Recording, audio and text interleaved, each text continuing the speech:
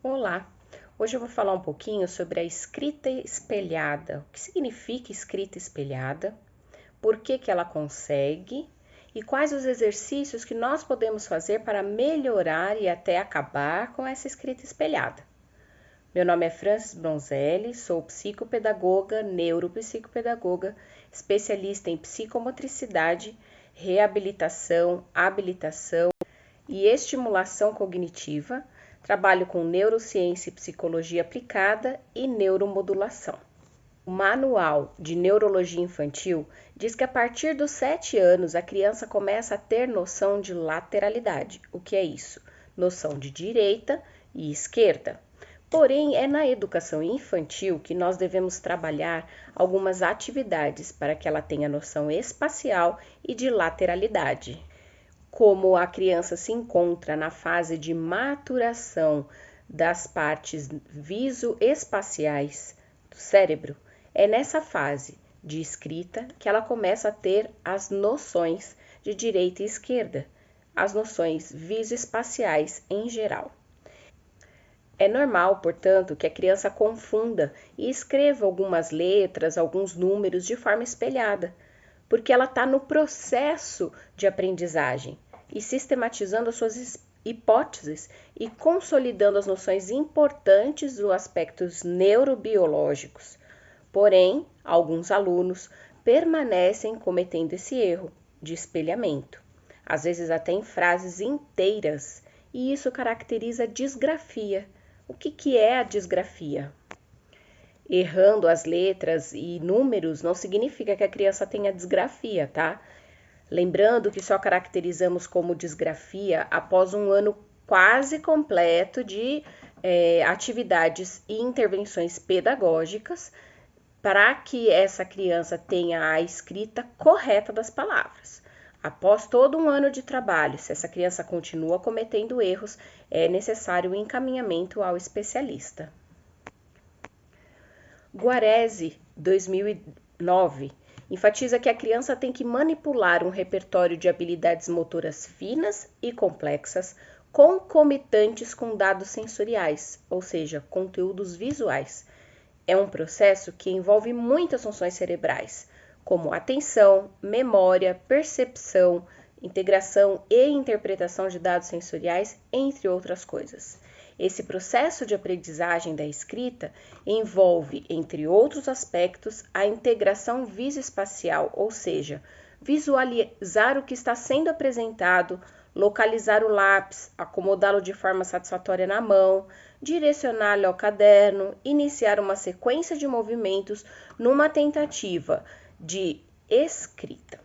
Com o tempo e o reforço das redes sinápticas correspondentes, esse processo será automático, ou seja, não precisa ficar monitorando. Esse processo será automático, ou seja, não precisará de monitoramento cerebral constante para a execução da tarefa, e a criança terá condições de aumentar o nível de complexidade.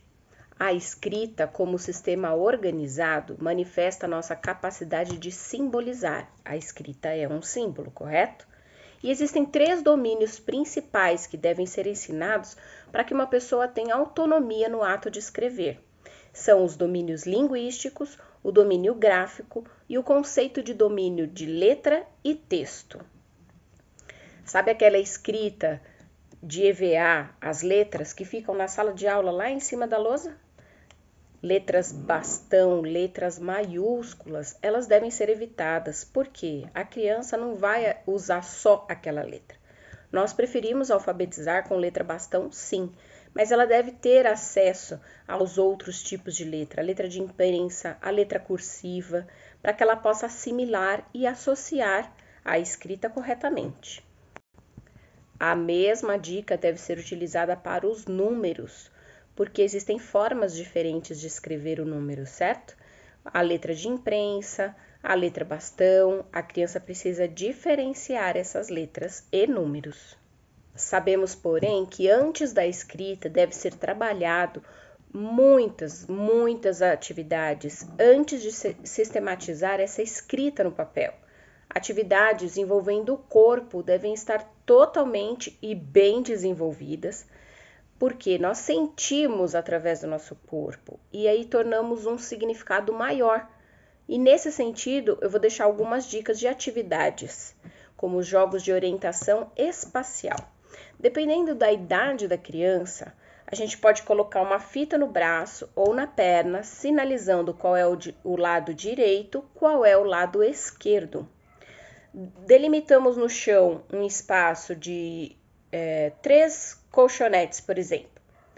Aí, o colchonete que está do lado direito, pode estar onde está a fita da mão direita ou do pé direito, e mesma coisa se tiver do lado esquerdo. A criança fica no meio, no colchonete do meio, no espaço do meio.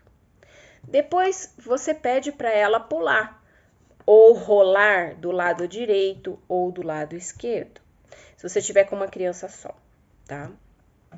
Se você tiver com mais crianças, por exemplo, numa atividade escolar, você pode colocar os 3 colchonetes e delimitar no meio, por exemplo, meninas, do lado direito, meninos, e aí fazer a inversão. As meninas do lado direito pulem para o lado esquerdo, e assim você vai alternando, tá?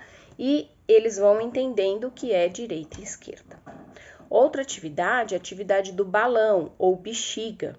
Então, enche a bexiga e aí combina. Nós vamos bater o balão, não deixar cair no chão só com a mão direita, agora só com a mão esquerda, ou alternando.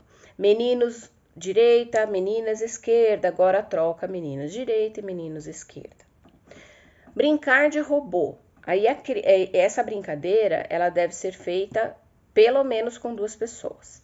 Então, a criança é o robô e o outro é o que comanda. Tocou sem falar, tá? É só uma atividade dirigida sensorialmente. A criança vai ser tocada. Tocou do lado direito, o parceiro tocou ou a professora tocou do lado direito, ela deve virar para aquele lado. Esquerdo, virar para aquele lado. Andando, mais um pouquinho. Tocou na cabeça, criança abaixa, o robô, né? Tocou nos pés, a criança anda. Tocou no braço direito, ela mexe o braço direito e assim por diante. Qual é essa letra? Como é que funciona? O professor tenta fazer com a mão a letra para a criança descobrir, escrevendo no ar, né? E assim como eu coloquei aquele vídeo lá no Instagram, a criança vai escrever na tinta que está no saquinho ou em areia. Também isso estimula a escrita e a forma correta de escrita. Outra atividade que podemos fazer é escrita com água. A escrita, dessa mesma forma da areia, da tinta, ela vai escrever na água, sentindo. Sempre lembrando que essas atividades são sensoriais.